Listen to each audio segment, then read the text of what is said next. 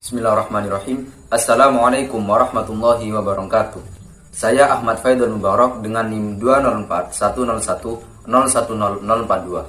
akan menjelaskan mengenai teori-teori perkembangan dalam madhab kognitif, yang dimana di dalamnya membahas mengenai yang pertama sosial kultural, yang kedua etologis, dan yang ketiga adalah ekologi Bronfenner. Pembahasan yang pertama adalah mengenai teori perilaku dan kognitif sosial.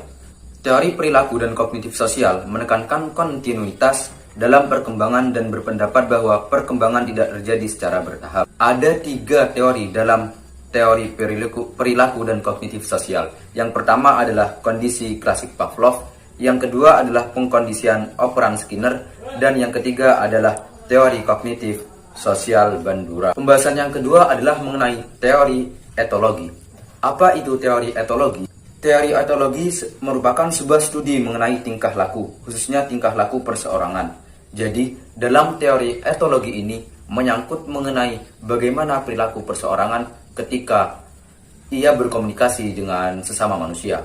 Dan dalam teori ini juga menekankan bahwa kepekaan kita terhadap jenis pengalaman yang beragam berubah sepanjang rentang kehidupan. Dengan kata lain, ada periode kritis atau sensitif bagi beberapa pengalaman.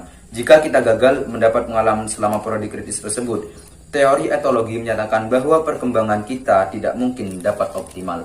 Jadi di sini dijelaskan bahwa dalam teori etologis, apabila kita mengalami kegagalan, maka kita tidak akan mendapatkan hasil yang maksimal dalam mencapai suatu hal yang dituju. Yang ketiga adalah teori ekologi Bronfenbrenner. Menurut Bronfenbrenner, berpendapat bahwa pembangunan mencerminkan pengaruh beberapa sistem lingkungan.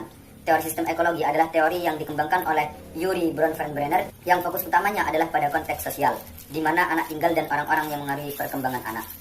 Jadi menurut teori ini menekankan bahwa bagaimana pengaruh lingkungan dan anak yang tinggal ini sangat mempengaruhi pola perilaku pada anak. Jadi apabila anak tinggal dalam suatu wilayah yang sangat mendukung pola perkembangannya, maka dapat jamin anak tersebut dapat melaju ke arah yang benar. Tetapi begitu juga sebaliknya. Apabila anak dibesarkan dalam lingkungan yang kurang memadai dan kurang pengaruh yang baik, maka ini akan mengakibatkan anak sebaliknya. Dan dapat dipastikan anak tersebut dapat kurang dalam menerima suatu hal yang bersifat positif. Teori Bronfenbrenner mengidentifikasi 5 sistem lingkungan. Yang pertama adalah mikrosistem, pengaturan tempat tinggal individu. Yang kedua, hubungan antara mikrosistem atau koneksi antar konteks.